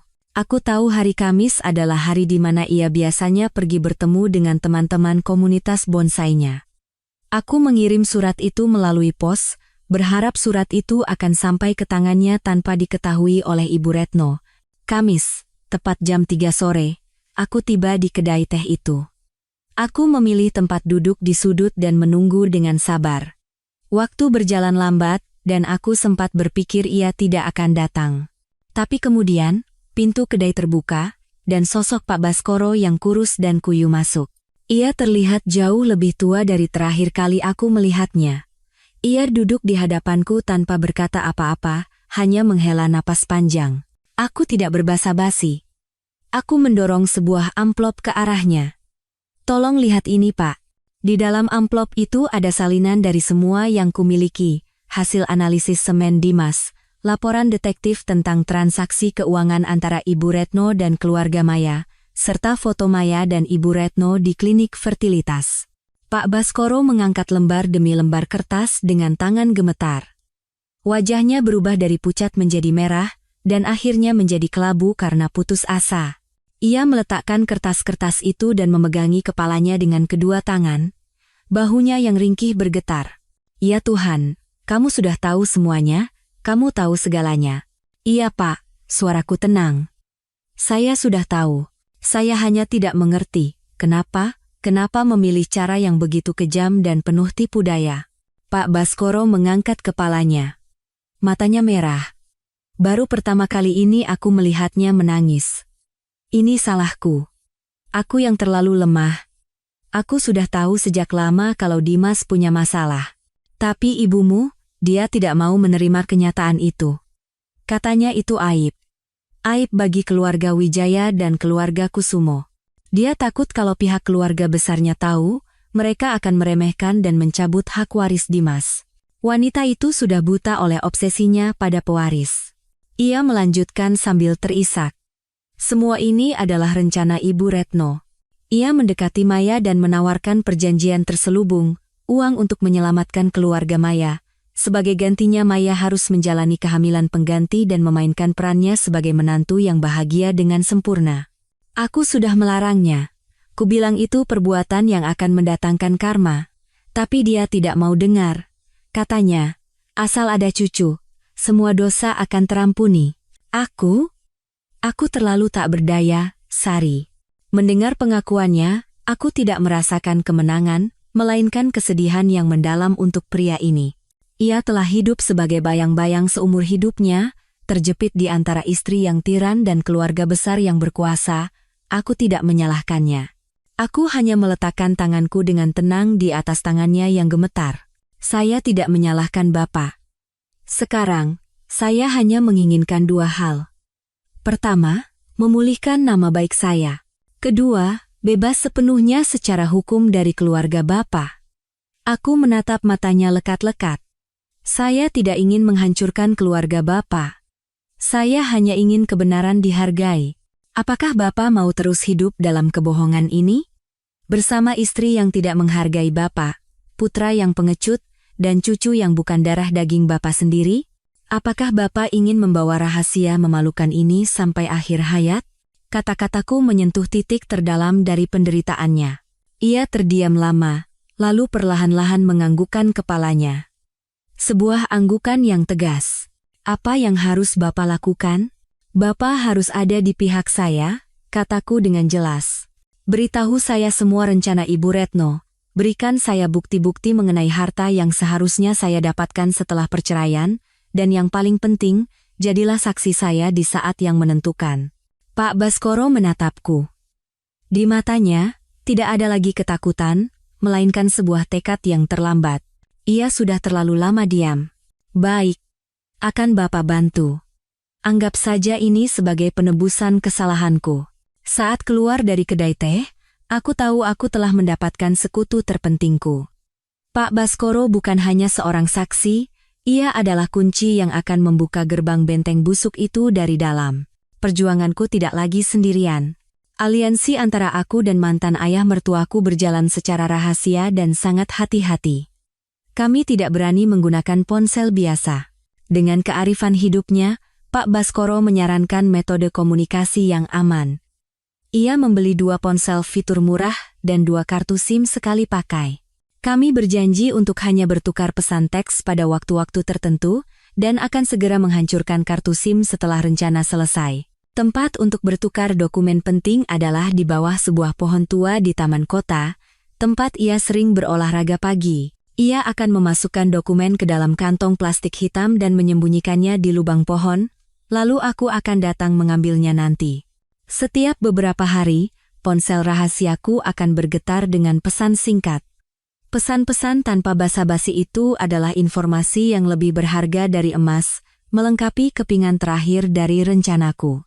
Dia sudah menetapkan tanggal acara syukuran bayi. 3 minggu lagi, Sabtu malam di Hotel S. Semua kerabat dari keluarga Kusumo akan diundang. Sekali jalan, pamer cucu pertama sekaligus merayakan ulang tahun ke-70 kakeknya. Membaca pesan itu, jantungku berdebar kencang.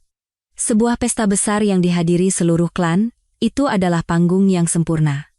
Tempat umum di mana Ibu Retno tidak bisa membungkamku dengan paksa. Semakin ia ingin memamerkan kehormatannya, semakin aku punya kesempatan untuk menjatuhkannya di depan semua orang. Beberapa hari kemudian, pesan lain datang. Ketemu di brankasnya. Perjanjian pranikah. Isinya, jika cerai karena kesalahan istri, mandul, selingkuh, Dalel, istri pergi dengan tangan kosong. Jika karena kesalahan suami, istri dapat 1/3 harta gono gini. Dia lupa soal ini. Pesan itu diikuti dengan lokasi pohon yang sudah kukenal. Di dalamnya, selain salinan perjanjian itu, ada dokumen-dokumen yang membuktikan kepemilikan properti, saham perusahaan, dan aset lain yang diperoleh selama 2 tahun pernikahan kami. Pak Baskoro melakukan lebih dari yang kuharapkan. Ia tidak hanya memberiku pancing, tapi juga umpannya. Namun, mungkin informasi yang paling berharga adalah pesan tentang situasi internal keluarga mereka. Dia semakin cemas. Maya diawasi 24 jam, tidak boleh keluar sendiri, tidak boleh telepon lama-lama dengan siapapun. Anak itu mulai tidak tahan. Sudah beberapa kali ada pertengkaran kecil. Kemarin Maya minta izin pulang ke rumah orang tuanya, tidak boleh. Retno takut rahasia bocor. Suasana rumah seperti panci presto. Pesan-pesan itu menunjukkan bahwa benteng mereka sama sekali tidak kokoh. Itu adalah istana yang dibangun di atas pasir penipuan. Dan kini, gelombang ketakutan dan kecurigaan mulai menggerogoti fondasinya. Dalam usahanya untuk menutupi semua lubang, Ibu Retno tanpa sadar telah memasang belenggu di kepala orang-orang yang ia butuhkan untuk menjaga sandiwaranya tetap berjalan. Aku menyusun semua materi yang diberikan Pak Baskoro secara sistematis. Rencanaku semakin jelas dari hari ke hari. Aku kini tidak hanya punya bukti medis dan transaksi keuangan, tapi juga dasar hukum untuk bertarung. Aku bukan lagi menantu malang yang terbuang, aku telah menjadi lawan yang tangguh yang bisa menyudutkan mereka. Dan aku akan melakukannya bukan dengan pedang atau tombak, melainkan dengan sesuatu yang berusaha keras mereka kubur, kebenaran itu sendiri. Aku tahu Maya adalah mata rantai terlemah dalam konspirasi ini. Ia bukan dalangnya. Ia hanyalah pion yang diletakkan di papan catur oleh keputusasaan dan keserakahan. Pion yang akan goyah sendiri jika diberi tekanan terlalu besar. Aku memutuskan untuk menciptakan tekanan itu. Aku harus mendekati Maya secara tidak langsung, membuatnya panik tanpa menunjukkan diriku. Aku memikirkan banyak cara. Mengirim pesan dari akun palsu akan langsung ia blokir. Aku butuh sesuatu yang nyata, sesuatu yang bisa meresap hingga ke kediamannya, sebuah peringatan tanpa kata. Aku teringat kebiasaan Ibu Retno memesan bunga segar setiap minggu. Ia selalu memesan bunga lili dari sebuah toko bunga mewah langganannya. Aku mendatangi toko bunga itu. Berpura-pura menjadi pelanggan, aku berbincang-bincang dan berhasil mengetahui bahwa bunga untuk rumah Ibu Retno diantar setiap Jumat pagi. Rencana pun disusun. Jumat pagi itu, aku datang sangat pagi ke toko bunga. Aku memesan karangan bunga krisan putih yang indah, bunga yang identik dengan pemakaman, melambangkan akhir dan keheningan. Bersama karangan bunga itu, aku menyiapkan sebuah kartu kecil, tanpa nama pengirim atau penerima, hanya satu baris kalimat yang dicetak dari komputer. Bayi di dalam perutmu, yakin anak dari orang yang mengantarmu ke klinik itu? Aku membayar pemilik toko bunga, mengatakan ini adalah hadiah kejutan untuk keluarga Wijaya, dan memintanya untuk menyelipkan karangan bunga ini bersama dengan pesanan lili mereka hari itu. Dengan tip yang besar, aku yakin kurir yang penasaran tidak akan menolak permintaan kecil itu. Setelah itu, tinggal menunggu. Aku tidak perlu menunggu lama. Sore itu, ponsel rahasiaku menerima pesan dari Pak Baskoro. Rumah geger. Maya terima karangan bunga krisan putih dan kartunya. Dia histeris. Teriak-teriak ada yang tahu segalanya, mengamuk di kamar. Beberapa jam kemudian, pesan lain masuk. Retno tidak menenangkannya. Dia menampar Maya dan mengurungnya di kamar. Dia panik takut rahasia terbongkar. Dia berteriak-teriak padaku, menuduh ada pengkhianat di dalam rumah, situasi sangat buruk. Aku membaca pesan itu. Senyum dingin tersungging di bibirku. Perang psikologisku berhasil. Maya sudah masuk perangkap. Ketakutan akan terbongkar dan kontrol ketat dari Ibu Retno mendorongnya ke batas kesabaran. Hubungan antara ibu dan menantu yang diikat oleh kontrak itu kini menunjukkan keretakan pertamanya. Ibu Retno, alih-alih menenangkan pionnya, memilih untuk mengendalikannya dengan kekerasan dan paksaan. Ia terlalu terbiasa menyelesaikan segalanya dengan kekuasaan. Tapi ia tidak tahu, Saat ketakutan Maya menjadi lebih besar dari keserakahannya, ia akan menjadi bom waktu. Mungkin ia tidak akan berani melawan Ibu Retno secara langsung, tapi kepanikannya akan menjadi sinyal yang jelas bahwa ada sesuatu yang salah, terutama menjelang acara syukuran. Aku berhasil menanamkan kekacauan di dalam markas musuh. Kini mereka tidak hanya harus melawan ancaman dari luar yaitu aku tapi juga melawan kecurigaan dan ketakutan dari dalam. Sandiwara mereka mulai mengeluarkan suara sumbang. Mengganggu dari dalam saja tidak cukup. Aku butuh serangan frontal, sebuah langkah resmi di medan perang bernama hukum. Aku tidak bisa lagi menjadi hantu yang bersembunyi di kegelapan. Sudah saatnya aku muncul dengan status baru, penuntut keadilan yang didukung oleh hukum. Berdasarkan daftar firma hukum yang sudah kuriset, aku memilih sebuah firma yang terkenal spesialis dalam kasus perceraian rumit, terutama yang melibatkan penipuan dan sengketa harta besar. Aku ditemui oleh seorang pengacara wanita bernama Ibu Ana, SH, berusia awal 40-an. Tatapannya tajam, sikapnya percaya diri dan profesional. Aku duduk di hadapan Ibu Ana, menarik napas dalam-dalam, dan memulai ceritaku. Aku tidak menceritakan penderitaanku secara berlebihan. Aku menjelaskan segalanya dengan jelas dan sistematis, seperti melaporkan sebuah kasus. Aku meletakkan semua yang kumiliki di atas meja, salinan hasil pemeriksaan kesehatan Dimas, laporan dan foto dari detektif swasta, salinan dokumen harta bersama, dan salinan perjanjian pranikah yang diberikan oleh Pak Baskoro. Ibu Ana mendengarkan dengan sangat saksama. Semakin ia mendengar, semakin tampak kekagetan di matanya.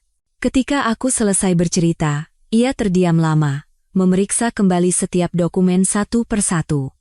Akhirnya, ia mengangkat kepalanya dan menatapku. Di matanya tidak ada lagi profesionalisme yang dingin, melainkan rasa hormat.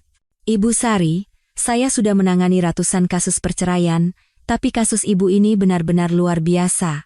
Ketegaran dan kecerdasan ibu dalam mengumpulkan semua bukti ini sangat mengagumkan. Ia mengangkat salinan hasil pemeriksaan Dimas. Ini adalah senjata terkuat kita. Menurut Undang-Undang Perkawinan, tindakan salah satu pihak yang dengan sengaja menyembunyikan kondisi penyakit yang memengaruhi kehidupan perkawinan, terutama masalah keturunan, dapat dianggap sebagai penipuan dalam perkawinan. Ini menyebabkan kerugian moral yang serius bagi pihak lain. Atas dasar ini, selain pembagian harta, kita bisa menuntut ganti rugi imaterial atau uang duka. Ibu Ana menjabarkan strateginya dengan jelas. Pertama, kita akan mengirimkan surat somasi atau pemberitahuan gugatan cerai kepada Bapak Dimas Aditya. Dalam surat itu, kita akan mencantumkan tuntutan kita, perceraian dengan alasan perselingkuhan dan penipuan dari pihak Bapak Dimas, dan berdasarkan perjanjian pranikah serta dokumen-dokumen ini, kita menuntut 1/3 dari harta yang diperoleh setelah perkawinan, sesuai yang tertera di perjanjian. Kita belum akan membuka bukti bahwa anak itu bukan anaknya. Itu akan menjadi kartu truf kita, yang hanya akan kita gunakan jika diperlukan. Saya setuju sepenuhnya dengan strategi ibu. Jadi, bagaimana kita akan memulainya? Baik. Saya akan segera menyusun suratnya hari ini atau besok dan mengirimkannya, kata Ibu Ana dengan tegas. Siapkan mental Anda. Setelah menerima surat ini, mereka tidak akan tinggal diam. Keluar dari firma hukum itu, aku merasa sangat lega. Aku tidak lagi harus menanggung beban ini sendirian. Aku kini punya sekutu yang tajam di garis depan hukum. Seperti dugaan Ibu Ana, hanya 2 hari setelah surat itu dikirim, gempa pun dimulai. Tembakan pertamaku telah resmi diluncurkan. Pertarungan ini bukan lagi perang gerilya yang rahasia. Ini telah menjadi konfrontasi terbuka, dan aku siap untuk apapun yang akan datang. Surat somasi dari kantor pengacaraku dikirim melalui pos tercatat dan diterima langsung oleh Dimas. Menurut pesan dari Pak Baskoro, surat itu memicu badai yang sesungguhnya di rumah megah itu. Dimas pucat pasi setelah baca surat itu. Dia memberikannya pada Retno. Retno, setelah membacanya, tanpa berkata apa-apa langsung menampar Dimas 2 kali. Dia teriak-teriak. Dasar anak tidak berguna. Mengurus satu mantan istri saja tidak bisa, sampai mau menggerogoti seluruh keluarga. Dimas yang pengecut dan malang itu hanya bisa berdiri diam menerima amukan ibunya. Ia mungkin tidak pernah membayangkan bahwa istri yang telah ia dan ibunya buang dengan kejam seperti barang bekas, kini akan kembali dengan sikap yang begitu tegas dan tuntutan yang begitu berat. Kemarahan Ibu Retno tidak hanya ditujukan pada Dimas.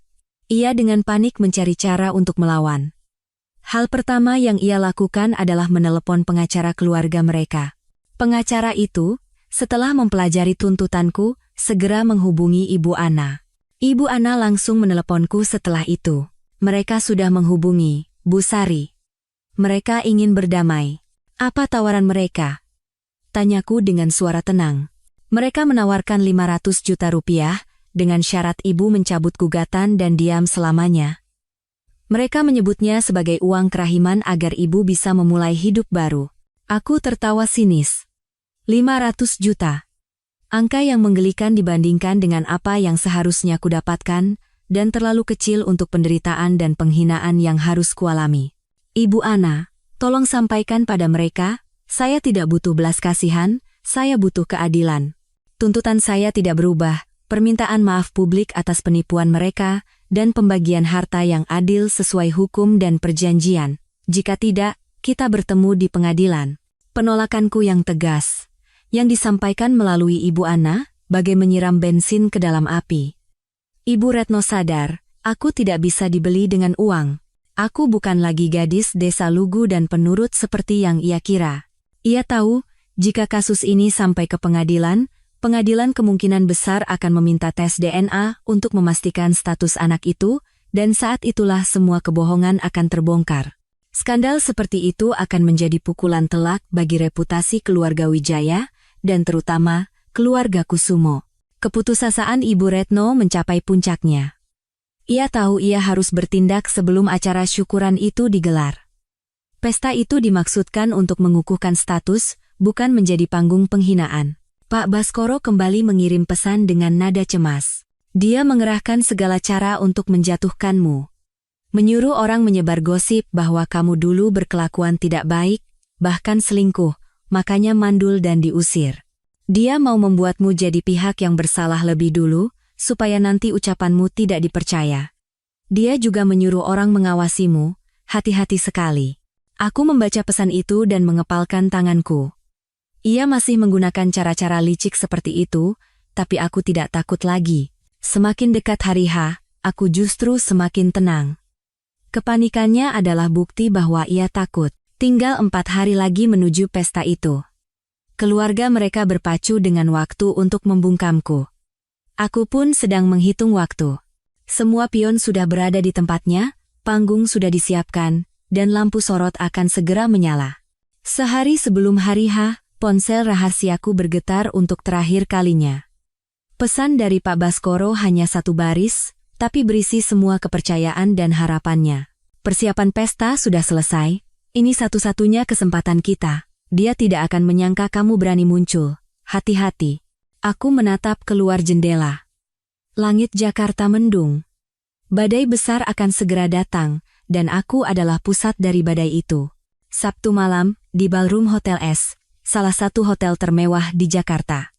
Lampu-lampu kristal bersinar menyilaukan, mobil-mobil mewah berderet memasuki lobi. Hari ini adalah hari besar bagi keluarga Wijaya.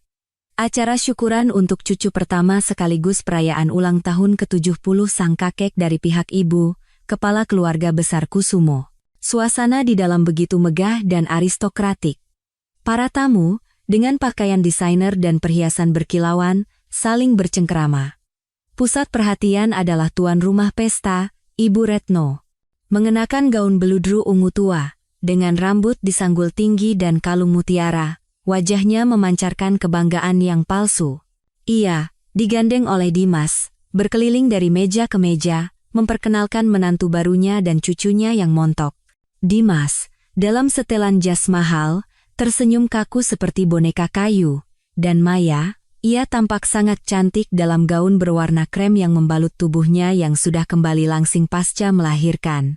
Ia menggendong seorang bayi laki-laki yang gemuk, tapi matanya terus melirik ke sekeliling, menunjukkan kegelisahan yang tak bisa disembunyikan. Semuanya adalah sebuah sandiwara yang sempurna. Keluarga bahagia, suksesi yang mulus. Para tetua dari keluarga Kusumo yang duduk di meja utama tampak sangat puas. Ibu Retno telah berhasil. Ia telah memberikan hasil yang dinanti-nantikan oleh seluruh klan. Saat suasana pesta mencapai puncaknya, pintu besar ballroom tiba-tiba terbuka. Semua kebisingan, semua pandangan, tertuju ke arah pintu. Itu aku. Aku tidak masuk diam-diam. Aku melangkah masuk dengan anggun.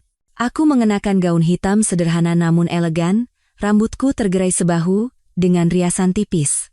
Penampilanku, dengan dagu terangkat dan tatapan tenang, sangat kontras dengan kemewahan di ruangan ini, keheningan yang aneh menyelimuti ballroom. Musik lembut yang mengalun perlahan-lahan mengecil, lalu mati sama sekali. Ibu Retno dan Dimas melihatku. Wajah mereka dalam sekejap berubah dari kaget, menjadi ngeri, marah, dan akhirnya ketakutan yang luar biasa. Yang pertama bereaksi adalah Ibu Retno. Ia berlari ke arahku, berteriak dengan suara melengking, "Beraninya kamu datang ke sini? Siapa yang mengizinkanmu masuk?" Ia berteriak pada petugas keamanan hotel. "Keamanan? Apa yang kalian lakukan? Cepat seret perempuan gila ini keluar. Cepat." Dua petugas keamanan bertubuh besar mendekatiku. Tapi aku tidak gentar sedikit pun. Aku hanya tersenyum dan berkata dengan suara yang tidak keras, tapi cukup jelas untuk didengar semua orang di ballroom. "Maaf sudah membuat keributan. Nama saya Sari Wijojo. Saya datang ke sini atas status saya sebagai istri sah dari Bapak Dimas Aditya yang belum bercerai. Saya hanya ingin mengucapkan selamat pada keluarga mertua saya." Dua kata, "istri sah," meledak seperti bom di tengah ballroom. Para tamu mulai berbisik-bisik. Petugas keamanan pun ragu-ragu, menatap Ibu Retno dengan canggung. Secara hukum, mereka tidak berhak mengusir seorang istri sah dari pesta keluarga suaminya. Ibu Retno kehilangan kata-kata. Ia menatapku seolah ingin menelanku hidup-hidup. Dimas memucat, mundur selangkah, bersembunyi di belakang ibunya. Aku tahu, sandiwaraku telah resmi dimulai. Aku berdiri di pusat perhatian, menghadapi ratusan tatapan penasaran dengan tenang. Aku adalah aktor yang tidak diundang, tapi malam ini, akulah sutradara dari drama hidupku sendiri. Udara di ballroom terasa berat, dan semua perhatian tertuju padaku dan Ibu Retno. Setelah keterkejutan sesaat, ia kembali ke wujudnya yang biasa, yang penuh amarah. "Istri sah? Jangan mengarang. Kamu sudah lama diusir dari rumah ini. Siapa kamu berani-beraninya membuat onar di sini?" Ia sengaja berbicara keras, agar didengar oleh para tamu, terutama kerabat dari keluarga Kusumo. Ia ingin melukiskanku sebagai mantan istri tak tahu malu yang penuh dendam dan datang untuk merusak pesta. Tapi aku tidak marah, aku hanya tersenyum tipis. "Ibu, Bapak dan Ibu sekalian, para tamu yang terhormat. Sekali lagi saya katakan, saya datang dengan niat baik. Saya datang untuk mengucapkan selamat karena Ibu akhirnya mendapatkan cucu yang selama ini Ibu dambakan. Cucu yang untuk mendapatkannya, Ibu rela menghalalkan segala cara." Kata-kataku yang penuh arti membuat wajah Ibu Retno berubah. Aku tidak memberinya kesempatan untuk memotong. Aku menoleh ke arah Dimas yang gemetar di belakang ibunya. Aku mengangkat tumpukan kertas yang sudah kusalin dengan hati-hati. "Mas Dimas, bisa tolong jelaskan pada semua orang tentang berkas ini? Ini hasil pemeriksaan kesehatan pranikah kita. Bisakah kamu ceritakan alasan sebenarnya kenapa selama 2 tahun kita tidak punya anak? Apakah karena, seperti yang ibu selalu katakan, saya ini perempuan mandul berhati busuk? Atau karena fakta bahwa peluangmu untuk memiliki anak secara alami sangat rendah?" Dimas membeku. Ia menatapku dengan mata terbelalak, ngeri, seolah tidak percaya aku memiliki bukti itu. Bisik-bisik di ballroom semakin kencang. Aku tidak berhenti. Aku beralih ke Maya, yang pucat seperti kertas sambil memeluk erat bayinya. "Dan Mbak Maya Lestari, sahabat baik suamiku. Bisakah Mbak ceritakan pada semua orang tentang kunjungan Mbak ke klinik fertilitas mewah itu? Tentang prosedur bayi tabung yang Mbak jalani? Dan juga, bagaimana keluarga Mbak bisa tiba-tiba melunasi utang yang begitu besar tepat setelah Mbak hamil?" "Tidak." Maya terisak. Ia menggelengkan kepalanya dengan panik, tidak mampu berkata-kata. "Terakhir, Aku menoleh ke meja utama. Aku menatap lurus ke mata kepala keluarga Kusumo, seorang pria tua berambut putih dengan wajah berwibawa. Aku menundukkan kepala dengan sopan. Eyang Kakung dan para sesepuh keluarga Kusumo. Saya tahu hari ini adalah hari yang bahagia, tapi kebenaran ini harus saya ungkapkan. Saya hanya ingin bertanya satu hal, apakah Eyang dan seluruh keluarga besar rela menerima seorang anak yang sebenarnya tidak memiliki setetes pun darah keluarga Wijaya apalagi Kusumo, sebagai pewaris sah keluarga? Pertanyaan terakhirku menyambar seperti petir di telinga semua orang. Ballroom hening seketika. Kepala keluarga Kusumo berdiri tegak, menatap Ibu Retno dengan mata menyala-nyala karena marah. Tepat pada saat itu, sebuah suara rendah dan serak memecah keheningan. Itu Pak Baskoro. Ia berjalan perlahan dari sudut ruangan dan berdiri di sampingku. Apa yang dikatakan Sari, semuanya benar. Kemunculan dan pengakuan Pak Baskoro adalah pukulan telak. Semua orang benar-benar terkejut. Seorang suami dan ayah secara langsung membongkar aib istri dan putranya sendiri. Saya minta maaf pada semua orang, Pak Baskoro menundukkan kepalanya. Saya terlalu lemah. Saya tidak punya keberanian untuk menghentikan tragedi ini. Anak itu adalah hasil dari sebuah transaksi. Anak itu tidak bersalah. Yang salah adalah kami. Semuanya meledak. Teriakan, tangisan, makian. Orang-orang dari keluarga Kusumo menggebrak meja, berdiri, dan menunjuk-nunjuk wajah Ibu Retno. Maya meraung-raung memeluk bayinya, Dimas terduduk lemas di lantai, dan Ibu Retno, ia berdiri tak bergerak di tengah badai itu. Wajahnya pucat pasi. Kebanggaan, keangkuhan. Semuanya lenyap menjadi abu. Semua yang ia bangun seumur hidupnya dengan kebohongan karier, kehormatan hancur dalam sekejap di bawah lampu sorot panggung yang ia ciptakan sendiri. Tugasku sudah selesai. Aku tidak perlu lagi menyaksikan kekacauan ini. Aku berbalik dengan tenang dan berjalan keluar dari ballroom, meninggalkan puing-puing penipuan di belakangku. Aku keluar dari hotel, menghirup udara malam Jakarta yang segar dalam-dalam. Rasanya seperti melepaskan beban berat yang selama ini menekan pundakku. Tidak ada rasa kemenangan atau kegembiraan karena berhasil balas dendam. Yang ada hanyalah rasa lega yang hampa. Semuanya benar-benar sudah berakhir. Dalam beberapa hari berikutnya, berita skandal di Hotel S menyebar seperti api di kalangan sosialita Jakarta. Aku tidak perlu melakukan apa-apa lagi. Para tamu yang hadir hari itu menjadi pendongeng yang paling efektif. Cerita itu dibumbui menjadi sebuah hikayat tentang penipuan dan kejatuhan sebuah keluarga terpandang. Aku mendapatkan kabar melalui telepon singkat dari Ibu Ana dan Pak Baskoro. Gugatan ceraiku diproses dengan cepat. Dihadapkan pada bukti yang tak terbantahkan dan tekanan opini publik, keluarga Wijaya tidak bisa lagi mengulur waktu atau mempersulit. Mereka menyetujui semua tuntutanku. Aku mendapatkan 1/3 dari harta Gonogini sesuai perjanjian. Jumlahnya lebih dari cukup untuk memberiku kehidupan yang nyaman dan sebuah awal yang baru. Hal pertama yang kulakukan adalah secara resmi mengembalikan marga Wijaya dan kembali menggunakan nama keluargaku. Nasib anggota keluarga itu pun telah ditentukan. Keluarga Kusumo, yang merasa sangat terhina, memutuskan semua hubungan dan menarik seluruh modal serta relasi bisnis dari perusahaan keluarga Wijaya. Kerajaan bisnis yang dibangun Ibu Retno seumur hidupnya mulai goyah, lalu runtuh. Maya, setelah mengakui segalanya sambil menangis, menghilang bersama bayinya. Ada yang bilang ia pulang ke kampung halamannya, ada yang bilang ia pergi ke luar pulau. Tidak ada yang tahu pasti, tapi ia telah bebas dari kontrak iblis itu, membawa serta anaknya. Aku berharap ia dan anaknya bisa hidup dengan tenang. Anak itu sama sekali tidak bersalah. Dimas, kehilangan tameng ibunya, harta, dan reputasi, hancur total. Ia menjadi seorang pengangguran yang hidupnya berantakan, tenggelam dalam alkohol dan cemoohan dunia. Pak Baskoro, setelah menjadi saksi, memutuskan untuk berpisah dari Ibu Retno. Ia memilih untuk hidup sederhana di luar rumah, hanya ditemani beberapa koleksi bonsainya dan teman-teman lamanya. Sesekali ia meneleponku untuk menanyakan kabar, dan suaranya terdengar jauh lebih damai. Dan Ibu Retno? Ia mendapatkan hukuman yang paling berat. Ia tidak masuk penjara, tapi ia terpenjara dalam kesendirian dan kegagalannya sendiri. Ia kehilangan segalanya. Suami, anak, reputasi, harta, dan cucu pertama yang ia pertaruhkan segalanya untuk didapatkan. Ia tinggal sendirian di rumah megah yang dingin, setiap hari berhadapan dengan puing-puing keserakahan dan penipuan yang ia ciptakan sendiri.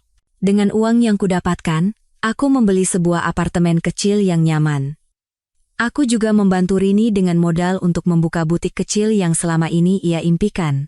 Hidup kami perlahan-lahan menjadi mapan dan bahagia. Aku terus bekerja, belajar, dan bertemu teman-teman. Aku menemukan kembali kebahagiaan dalam hal-hal paling biasa yang telah hilang selama 2 tahun aku hidup di keluarga Wijaya. Aku benar-benar bebas. Setahun setelah peristiwa mengejutkan itu, hidupku telah memasuki babak yang sama sekali baru. Butik Rini berkembang pesat, dan aku mendapatkan promosi di tempat kerja. Aku bukan lagi wanita lemah dan penurut yang dulu. Aku telah menjadi wanita yang kuat, mandiri, dan tahu nilai diriku sendiri.